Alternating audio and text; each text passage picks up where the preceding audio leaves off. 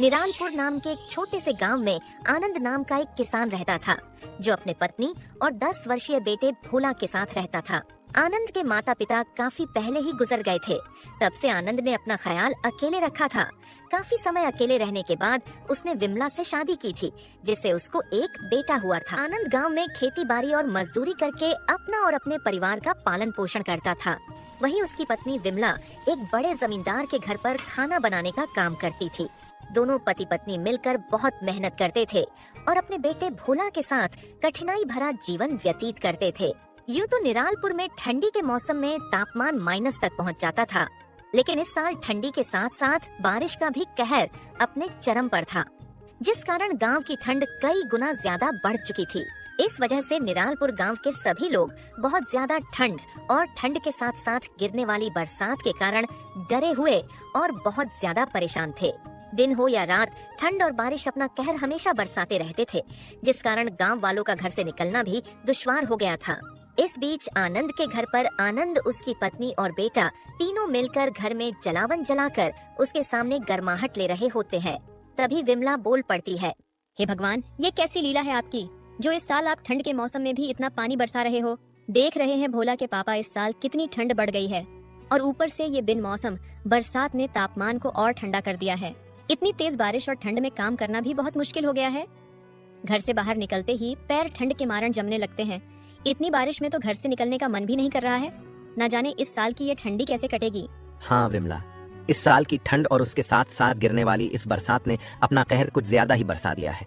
न जाने हम गरीबों का क्या होगा। अभी आनंद और विमला आपस में बात कर ही रहे थे, तभी भोला अपने पिता से बोला, बाबा, मैं भी कल आपके साथ आपके खेतों पर चलूंगा। मुझे भी देखना है कि आप खेत पर कैसे काम करते हैं।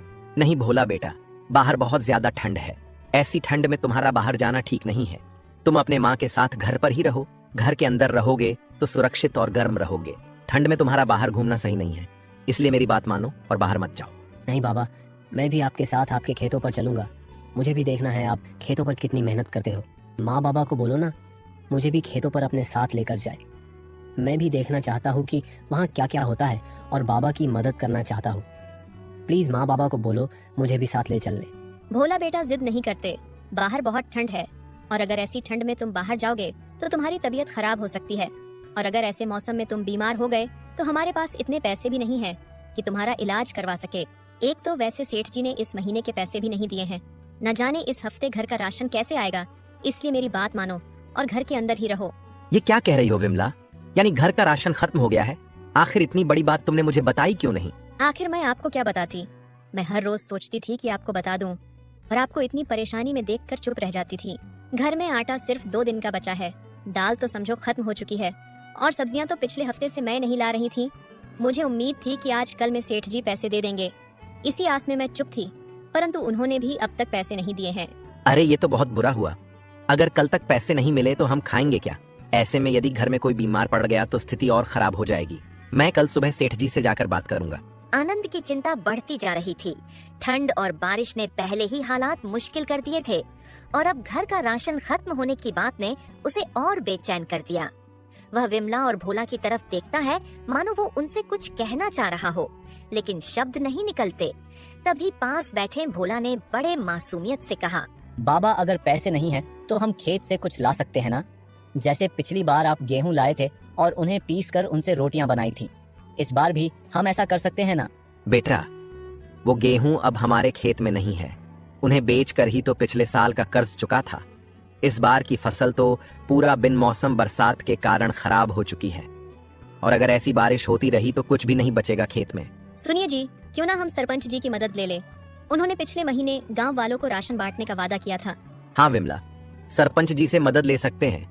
अगर उन्होंने मदद कर दी तो कुछ दिन के राशन का इंतजाम हो सकता है। मैं कल सुबह जैसे ही थोड़ी बारिश खुलेगी तुरंत जाकर सरपंच जी से मिल लूंगा। आनंद ने अपने बेटे और पत्नी का मुंह देखकर फैसला किया कि कल मौसम खुलते ही वह सरपंच से मदद मांगने जाएगा। ठंड का कहर और खाली पेट की चिंता ने उसे मजबूर कर दिया था। अगली सुबह किस्मत आनंद पर थोड़ी मेहरबान भी हो जाती है, और सुबह बरसात कुछ समय के लिए थम जाती है, परंतु पूरा माहौल घने कोहरे से ढका हुआ था।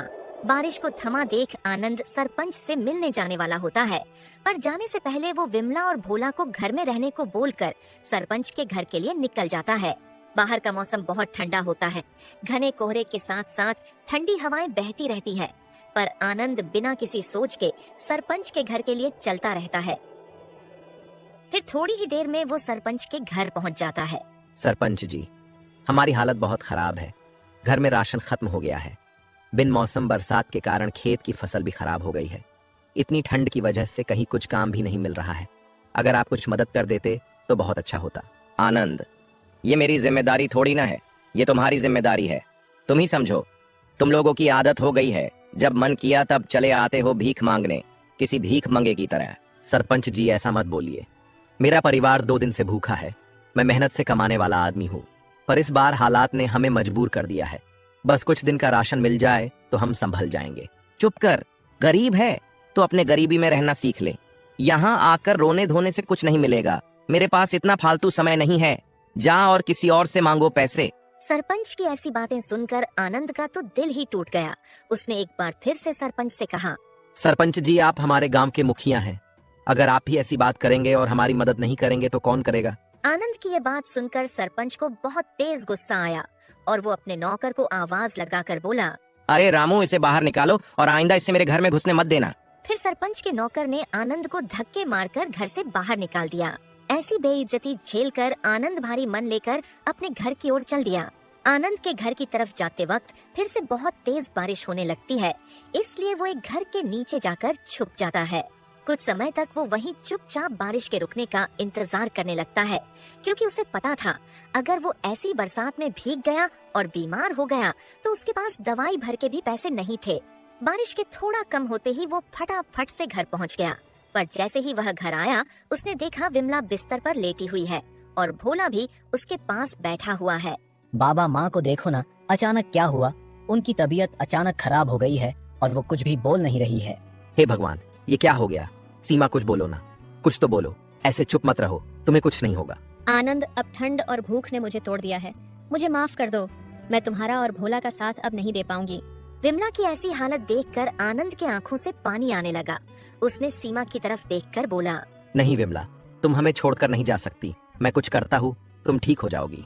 नहीं आनंद, मैं अब ज्यादा समय तक नहीं रहूंगी। मेरी सांसें अब थम रही हैं। तुम भोला और अपना ख्याल रखना। विमला की ऐसी हालत देखकर आनंद घर के बाहर आकर अपने पड़ोसियों को आवाज लगाने लगा, पर ठंड और तेज बारिश के कारण कोई मदद करने के लिए बाहर नहीं आया। बहुत आवाज लगाने के बाद भी जब कोई बाहर नहीं आया तो आनंद फिर से विमला के पास पहुंच गया। आनंद, अब मेरी चिंता मत करो। जितना कर सकते हो भोला के लिए करो। उसे कभी भूखा मत सोने देना। विमला ने इतना कहा ही सांसें उसका साथ छोड़कर चली गई और उसने दुनिया को हमेशा के लिए अलविदा कह दिया। नहीं विमला, तुम मुझे छोड़कर नहीं जा सकती। मेरे और भोला के पास और कुछ नहीं है तुम्हारे सिवा। तुम्हारे बिना तो ये घर भी घर नहीं रहेगा। तुमने हमेशा मेरा साथ दिया है, फिर अब क्यों मुझे छोड़कर जा रही हो? ये कहकर आनंद फूट फूट कर रोने लगा। माँ उठो ना, मेरे लिए उठ जाओ माँ, प्लीज उठ जाओ। बाबा, माँ हमें क्यों छोड़कर चली गई? क्या हमसे कोई गलती हो गई है? नहीं बेटा, हमारी कोई गलती नहीं है। ये सब तो नियति का खेल है। पता नहीं हमने कौन सी गलती की थी कि हमें ये सब भुगतना पड़ रहा है। छोटे से घर में अब हर तरफ सन्नाटा था। बिस्तर पर पड़ी विमला की निशानी अब उसकी जगह बस खाली पन्ने ले ली थी। कई रातों तक विमला की याद में सो नहीं पाया था। वो बस किसी तरह अपने आप को दिलासा दिया करता था। एक रात जब वो भोला के पास बैठा था, तभी अचानक भोला ने उससे कहा, बाबा, माँ हमें छोड़कर क्यों चली गई? क्या हम उन्हें वापस नहीं ला सकते? भोला बेटा, माँ हमें छोड़कर नहीं गई। वो हमें हमेशा ऊपर से देख रही है, लेकिन अब हमें और मेहनत करनी होगी। तुम्हारी माँ चाहती थी कि हम कभी हार न माने। ये कहते हुए उसकी आंखें फिर भर आईं, पर वो भोला के सामने और रो भी नहीं सकता था, वरना उसे देखकर भोला भी बहुत रोने लगता। इसलिए उसने अपने आप को किसी तरह रोक लिया। ऐसे ही देखते देखते कई और दिन बीत गए। फिर एक दिन सुबह जब आनंद अपने घर के बाहर बैठा था, तभी गांव का जमींदार भुजबल सिंह अपने आदमियों के साथ आया और मोहन से बोला, आनंद, मेरा कर्ज कब चुकाओगे? अब तो तुम्हें पैसे देकर मुझे 1 साल हो गए। अगर अब तुमने मुझे मेरे पैसे नहीं लौटाए तो मैं तुम्हारा ये घर नीलाम करवा दूंगा। जमींदार की ऐसी बातें सुनकर आनंद के चेहरे पर चिंता की लकीरें और भी गहरी हो गई। उसने अपना सिर झुकाकर कहा, जमींदार साहब, मुझसे जो बन पाता है मैं मेहनत कर रहा हूँ, पर अब तक पैसे जमा नहीं हो पाए हैं। मुझे थोड़ा और वक्त दीजिए, मैं आपके पैसे जल्द से जल्द लौटा दूंगा। आनंद, मुझे बहाने मत सुनाओ। मैं तुम्हें बस और 1 सप्ताह की मोहलत दे रहा हूँ। अगर 1 सप्ताह में मुझे मेरे पैसे नहीं मिले तो मैं तुम्हारा ये घर नीलाम करके अपने पैसे वसूल कर लूंगा। जमींदार आनंद को 1 सप्ताह की मोहलत देकर वहाँ से निकल जाता है और आनंद वहीं बैठकर सोचने लगा कि अब वो क्या करेगा। कुछ दिन देखते देखते और गुजर गए और आनंद की चिंता दिन ब दिन और बढ़ती जा रही थी। तभी अचानक एक दिन मोहन का पुराना दोस्त श्याम गांव आया।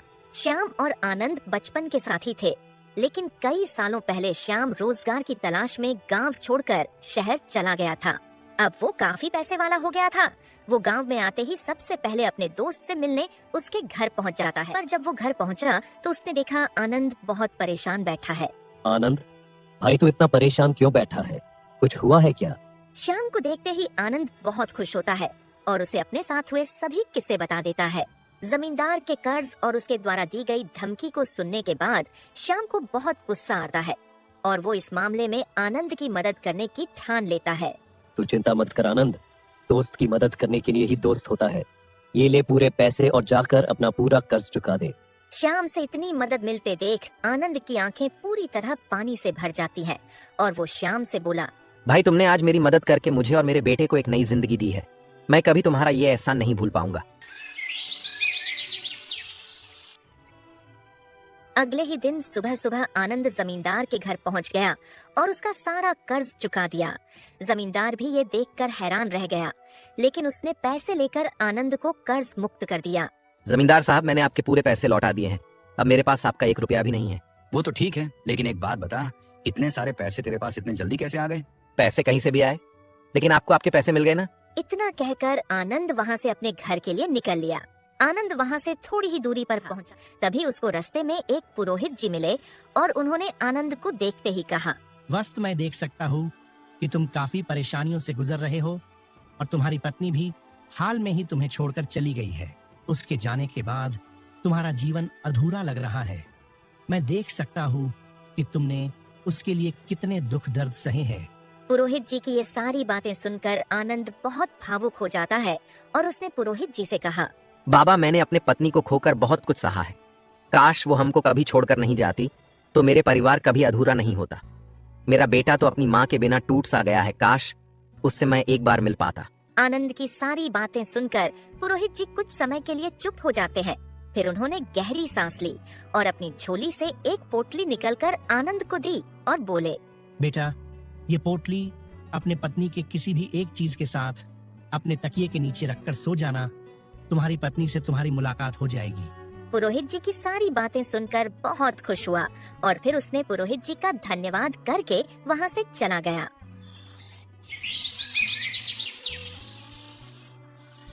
फिर उस रात आनंद ने भी वही किया जिस प्रकार से पुरोहित जी ने उसे कहा था।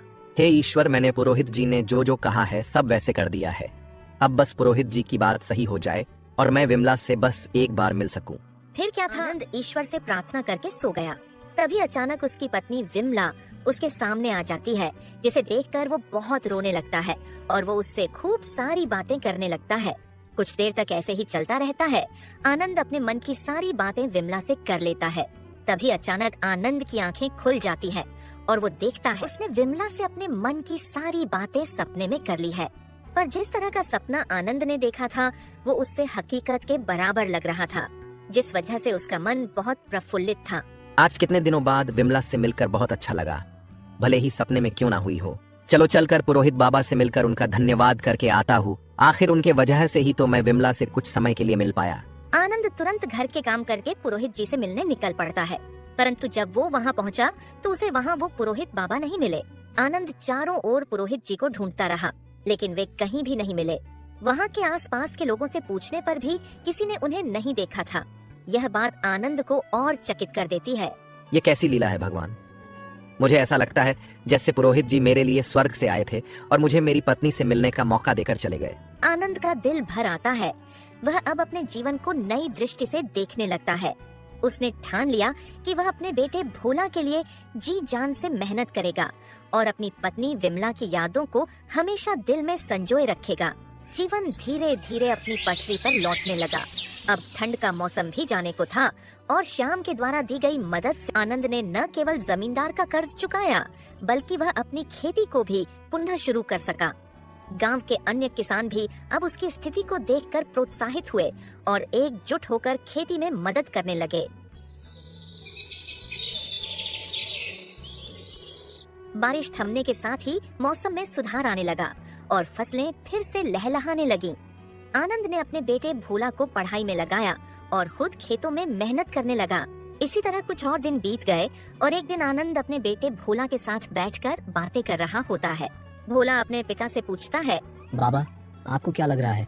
माँ हमें सच में ऊपर से देख रही होगी। हाँ बेटा, तुम्हारी माँ हमें हमेशा देख रही है। वह चाहती है कि हम कभी हार न माने और अपनी जिंदगी में खुश रहें। ये सुनकर भोला मुस्कुराता है और अपने पिता से खूब सारी बातें करने लगता है। समय बीतता गया, लेकिन आनंद ने अपनी मेहनत और भोला की परवरिश में कोई कमी नहीं की।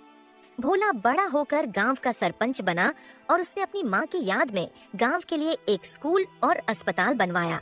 इस प्रकार विपरीत परिस्थितियों के बावजूद आनंद और भोला ने मिलकर अपने जीवन को एक नई दिशा दी और गांव के लोगों के लिए मिसाल बन गए। कहानी यहाँ समाप्त होती है, लेकिन इसका संदेश ये है कि चाहे परिस्थितियाँ कितनी भी कठिन क्यों न हो, साहस और मेहनत से हर मुश्किल को पार किया जा सकता है। तो दोस्तों, कहानी आपको कैसी लगी हमें कमेंट में जरूर बताएं। अगर आपको हमारी मेहनत पसंद आई हो तो हमारे चैनल को सब्सक्राइब करना न भूलें और बेल आइकन दबाएं ताकि नई कहानियों की नोटिफिकेशन सबसे पहले आपको मिले। धन्यवाद।